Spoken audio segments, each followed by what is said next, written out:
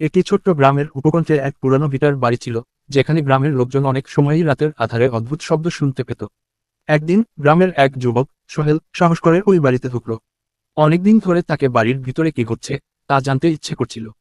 রাতের বেলা সোহেল বাড়ির দরজা খুললে ভিতরে ঢুকল। বাড়ির ভিতর ভয়ানক নিস্তব্ধতা ছিল, শুধু দেয়ালের মধ্যে সময়ের ছাপ ছিল স্পষ্ট। পাখির ডাকে এক বিরল শব্দ শোনা যাচ্ছিল, যেন কিছু অদৃশ্য শক্তি তার অস্তিত্ব জানান দিচ্ছিল। সোহেল এগিয়ে চলল, তারপর সে একটি পুরানো চিত্রকর্ম দেখল, যেখানে এক নারী এবং পুরুষের ছবি ছিল। কিন্তু অদ্ভুত ব্যাপার হলো, ছবির মধ্যে নারীর মুখটি কিছুটা ঝাপসা ছিল, যেন তা বদলে যাচ্ছিল।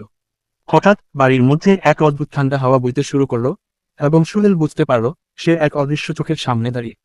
এক পলকে সে দেখতে পেল ছবির নারীর চোখগুলি সরাসরি তার দিকে তাকাচ্ছে।